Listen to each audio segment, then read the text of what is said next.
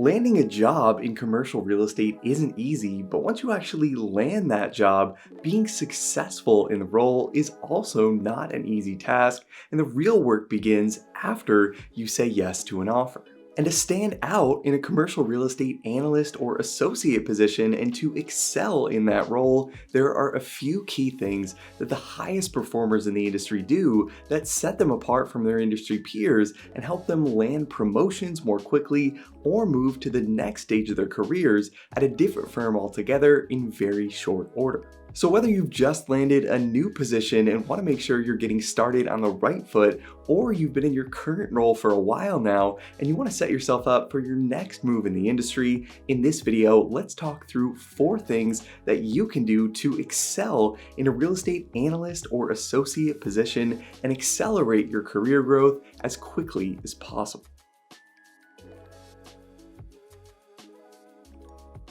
So the first point on this list is applicable for jobs at any commercial real estate firm, but this is especially relevant when you're working at a major private equity shop or on the brokerage side of the business representing institutional clients, and this is to pay extreme attention to detail on the work product you create. Even at the analyst level, the quality of your deliverables can have a big impact on the firm's ability to raise capital and win new business, and even just small errors related to spelling or grammar, however trivial these might seem, can end up being a really big deal in these kinds of roles. Especially when you're working at firms with assets under management in the billions of dollars, or when you're working on deals on behalf of these institutions as a third-party intermediary, errors like these end up looking sloppy to potential clients and investors, and if these are missed before they're sent outside of the firm, these errors end up reflecting poorly on your manager and your company as a whole, which is not a good thing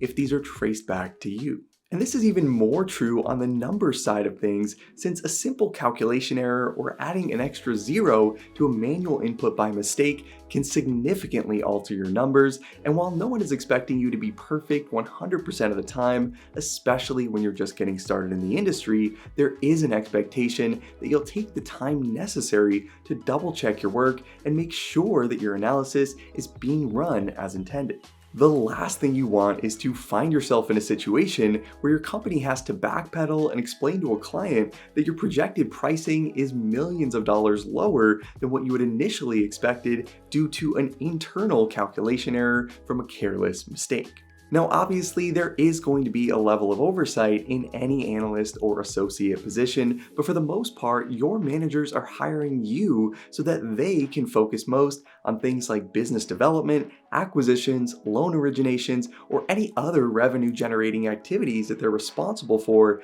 and ideally, they're looking to you to take most or all of the analytical component off their plate by bringing you onto the team. And with that, the less your managers feel like they constantly need to review your work, and the more having you on the team lets them get out of the weeds of programs like Excel, Argus, or PowerPoint, the more valuable of a team member you're going to be, and the more likely you are to progress within the company much more quickly. Now, point number 2 on this list is very similar to this first point, and this is to be reliable and to make sure things get done on time regardless of external circumstances. The goal is to develop a reputation as the person in your office where your managers can rely on to make things happen no matter what, and as someone who understands the importance of timing in every single project that you take on. This characteristic can be a really big differentiator in established organizations with larger teams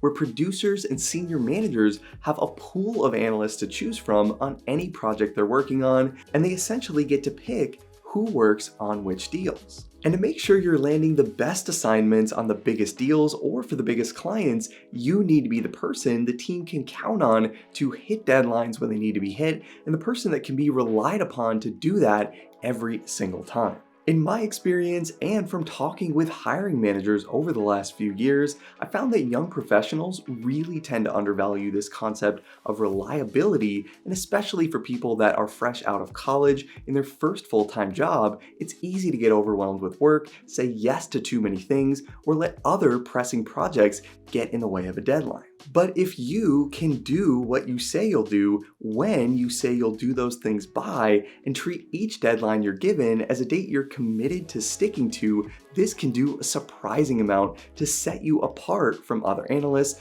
on your team. Now from here, the third point on this list is probably the most important if your goal is to progress internally within the organization as quickly as possible, and this is to contribute proactively rather than just reactively, and to find ways to add value outside of your job description. Similar to point number 2 on this list, this is especially relevant for recent college graduates that have spent decades doing exactly what they've been told to do, and in many cases doing just enough to meet the basic requirements of a project they've been given. But in the private equity and institutional investment management world, doing just enough is going to lead to you being passed up when promotion opportunities arise, and will also give you some pretty weak bullet points on your resume when you're ready to move on and make your next career move. In a new role, take the extra time to start thinking about what you can do to go above and beyond what's being asked of you to help the team succeed,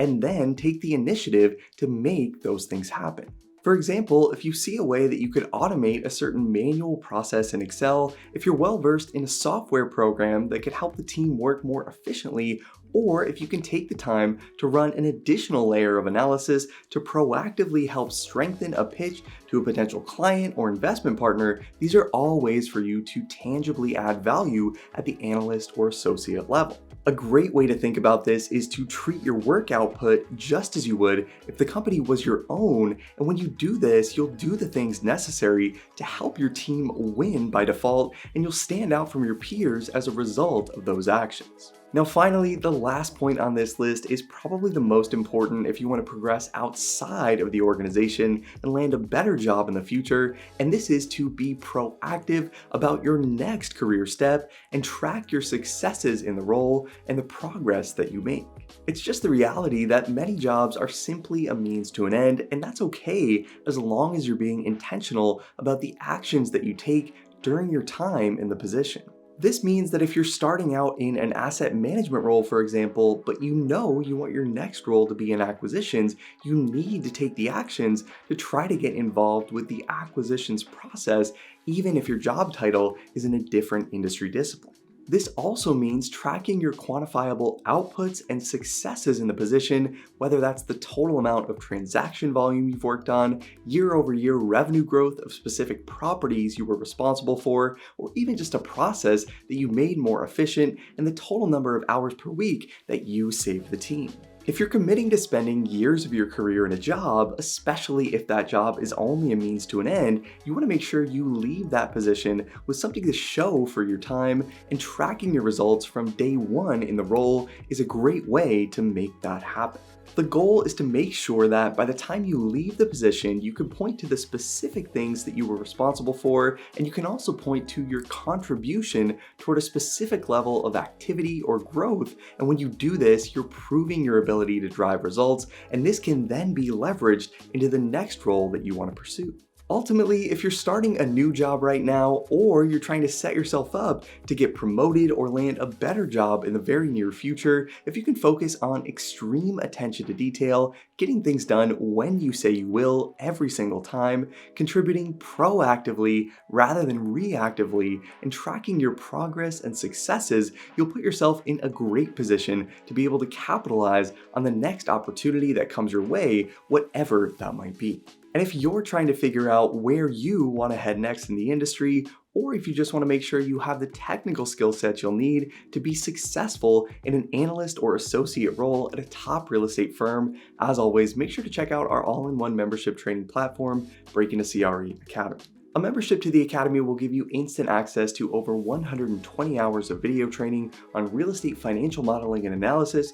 You'll get access to hundreds of practice Excel interview exam questions, sample acquisition case studies, our entire library of pre-built acquisition, development, and waterfall models for multifamily, industrial, office, retail, and mixed-use deals, and you'll also get access to private one-on-one email-based career coaching if you're looking to break into the industry and want some additional guidance and feedback along the way. And if you like this video and want to see more content on this channel on the things you can do to be successful when you're first getting started in the industry, make sure to hit the like button to let me know, and let me know in the comments what you think makes people stand out at the analyst and associate level. As always, thanks so much for watching, guys. I hope you found this helpful. Subscribe to the channel if you haven't already to see more videos like this every single week, and I'll see you in the next video.